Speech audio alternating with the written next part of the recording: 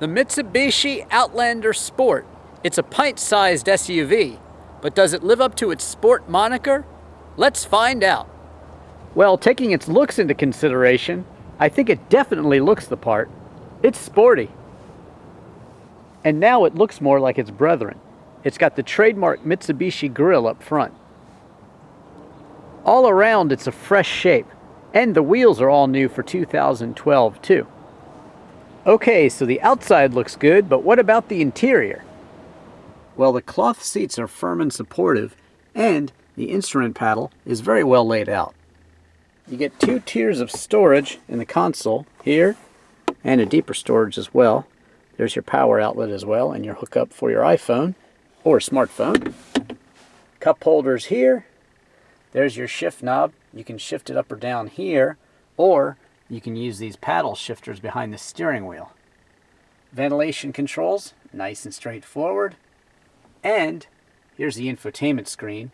Feels a bit aftermarket, but it works well. Everything is power operated. You get plenty of controls on the steering wheel, and I really like the way the gauges are laid out. I like the fact that they didn't neglect the backup camera. The optional Rockford Fosgate premium sound system sounds great. And if you look up, there's an added bonus. A huge glass sunroof. Very nice. It even goes over to the rear passengers. And speaking of the rear seat passengers, 3 people will fit. Not an abundance of legroom, but you can make it work. You also get cup holders here, and look up, there's that great sunroof. Pop the hatch, and you'll find that there's decent storage, even with the rear seats in place. But of course, collapse the rear seats, and there's plenty more room for cargo. The Outlander Sport is powered by a 148 horsepower, 2-liter dual overhead cam inline 4. That's made it to a continuously variable transmission. You can expect 0 to 60 in about 8.6 seconds. Fuel economy is pretty good for an SUV of this size. You can expect 25 miles per gallon in the city and 31 miles per gallon on the highway, with 27 overall.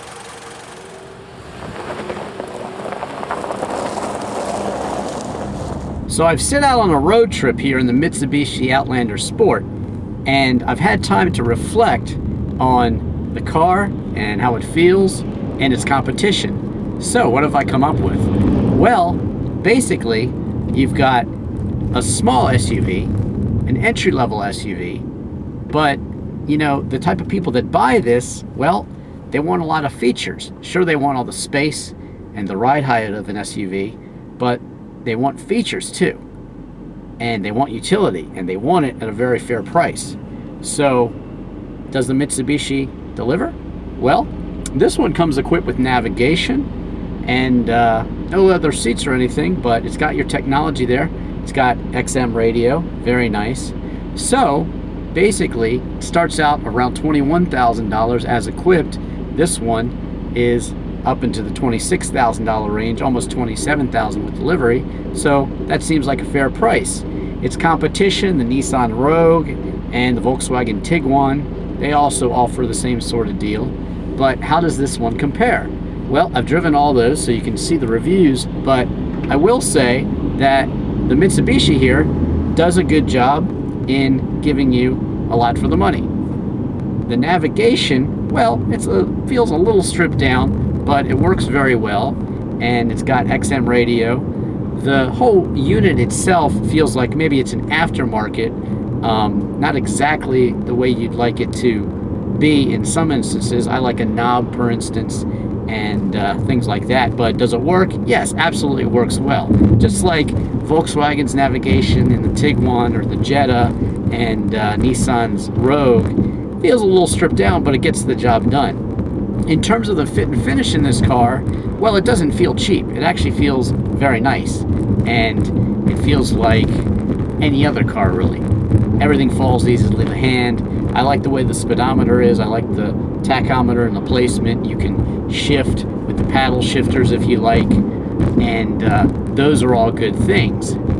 So also you can scroll through information, check out your average speed, your range, and things like that. And that's all good information I like to have and like to know about. So these are all good things.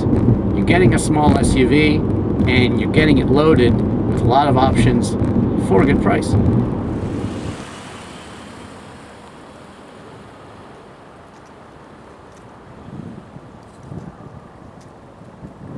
So how does the Outlander Sport feel? Well, out on the road, it feels actually just like any other car. Of course, your ride height is a little higher, but the wheelbase and the length is about the same as many cars. So in terms of handling, it feels just like any other car.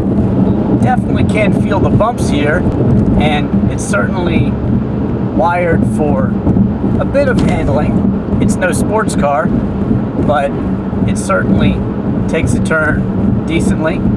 It's also not really a speed demon, but it's not slow by any stretch of the word, and it still has a very car-like feel.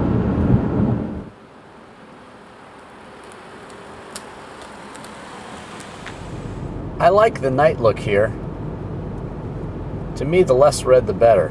However, it's not the case over here, but on the infotainment screen you can read everything very well. And you can also shift by hand with the paddles, and it very clearly tells you what gear you're in.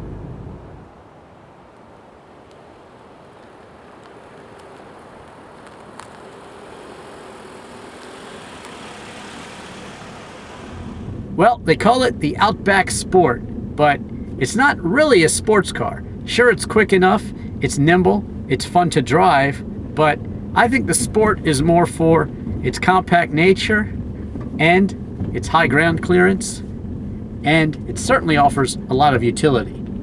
Plus, it looks like a Mitsubishi, and that's a good thing. I'm Drivin Ivan Katz.